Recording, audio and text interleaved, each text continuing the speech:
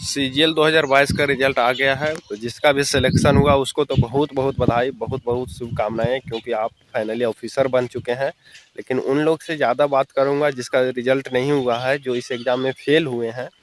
उसका बात कोई नहीं करता है। जो पास होता है, जिसका सिलेक्शन होता है, उसका बात हर कोई करता है। लेकिन जो फेल होता है उसको कोई नहीं पूछता है। एक तो घर से ताना मिलता है, गांव से ताना मिलता है, समाज से ताना मिलता है, परिवार से ताना मिलता है, रिश्तेदार से ताना मिलता है। हर एक जगह से उसको स्ट्रगल करना पड़ता है, सभी को बातों को फेस करना पड़ता है। फिर भी अगर उसका रिजल्ट नहीं होता है, उसका जो मेहनत है वो मेहनत रंग नहीं लाता है, तो अंदर से बहुत टूट जाता है लड़का। जो इस रिजल्ट है, इस रिजल्ट ने बहुत सारे लड़कों और लड़कियों को तोड़ा है अंदर से, क्योंकि उसका सिलेक्शन नहीं हुआ होगा। और जिसका सिलेक्शन नहीं होता है, अगर वो मेहनत करता है फिर भी उसका रिजल्ट नहीं होता है, तो अंदर से लगता है कि अरे यार सब कुछ छोड़ दें, हमसे नहीं होने वाला। लेकिन नहीं दोस्त, ऐसा हार नहीं मानना है। अगर इसमें नहीं हुआ है तो आप अपने कमी को देखो कि क्या कमी हुआ। आप मॉक देते थे तो कितना नंबर आता था, आप रिजल्ट देखें तो उसका पीडीएफ निकाल करके देखो कि कौन सा सेक्शन में मेरा कमी रह गया है, कौन सा सेक्शन में हमको ज़्यादा तकलीफ हुआ, कौन सा सेक्शन में ज़्यादा नेगेटिव गया है, कौन सा सेक्शन में हम कमज़ोर हैं। करंट अफेयर आपका कमज़ोर है, या फिर रीजनिंग कमज़ोर है, या इंग्लिश कमज़ोर है, तो उसको आप वोकैब करो स्ट्रॉन्ग। और जितना ज़्यादा एनालिसिस करेंगे अपना पेपर को, जो पेपर दे करके आते हैं या मॉक में देते हैं, उस चीज़ को जितना ज़्यादा डीपली एनालिसिस करेंगे उतना आपका स्कोर बूस्ट होगा। और आपका जो कमी वाला सेक्शन है उस पर ज़्यादा ध्यान देंगे। अगर कोई सेक्शन आपका मान लिया जाए कि मैथ में आपका गलती होता है, कोई ऐसा चैप्टर, पर्टिकुलर चैप्टर है जिसमें आपका क्वेश्चन फंसता है, जिसमें आप बना नहीं पाते हैं, तो उस चैप्टर को देखो कि उसका फॉर्मूला क्या है, किस टाइप का क्वेश्चन है, उसको 2-3 बार रिवीजन कर लो कि आगे वाला मॉक में, जो आने वाला टाइम में मॉक देंगे, उसमें अगर वैसा क्वेश्चन आ जाए तो आपसे गलती ना हो।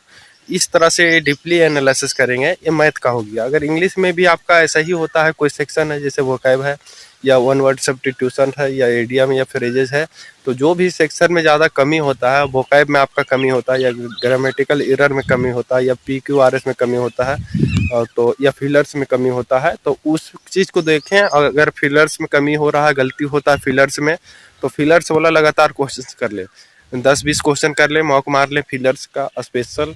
उसके बाद आपको देखो कि इसमें क्या है, उसका टेक्निक क्या होता है बनाने का। इस तरह से एनालिसिस करके आप एग्ज़ाम देंगे या फिर आप मॉक में बैठेंगे तो आपका स्कोर ज़रूर बूस्ट होगा। अगर एक मॉक देते हैं तो उसका 60 मिनट टाइम है, तो उसको एनालिसिस करने में उसका दुगना टाइम लगाएंगे, ठीक। अगर उसमें जितना ज़्यादा टाइम देंगे तो उतना ज़्यादा डीपली आपको अंडरस्टैंडिंग होगी, आपको समझ बढ़ेगा। और आप ये जानने की कोशिश करें कि अगर कोई क्वेश्चन गलत हुआ तो क्यों गलत हुआ, और अगर कोई क्वेश्चन सही हुआ है तो क्यों सही हुआ है। इस तरह से आप अगर एनालिसिस करेंगे तो आपका मॉक में स्कोर बढ़ेगा। अगर मॉक में स्कोर बढ़ गया तो आपका फाइनल एग्जाम में अच्छा स्कोर होगा, और आपका सिलेक्शन होने से कोई रोक नहीं सकता। तो यही था दोस्तों कि अगर आपका इस बार रिजल्ट नहीं हुआ है तो हार नहीं मानना है। आने वाला टाइम में बहुत अपॉर्चुनिटी है।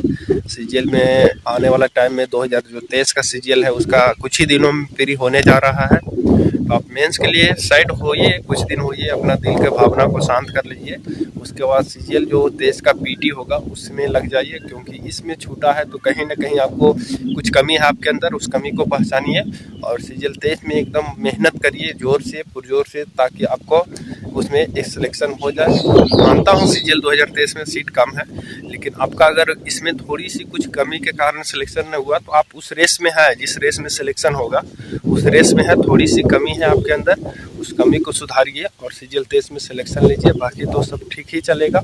अगर आपका मोटिवेशन कमी हो जाता है तो थोड़ा सा उस इंसान को देखो जो आपके लिए धूप में जल रहा है, अपने माँ बाप को देखो, तो पता चलेगा कि आपके लिए कितना मेहनत कर रहा है और आप क्या कर रहे हैं कि आप हार मानिए। हार नहीं मानना, अगर नहीं हुआ तो होगा दोस्त, आज नहीं होगा कल होगा, लेकिन होगा। बस मेहनत करो, डटे रहो। जय हिंद, जय भारत।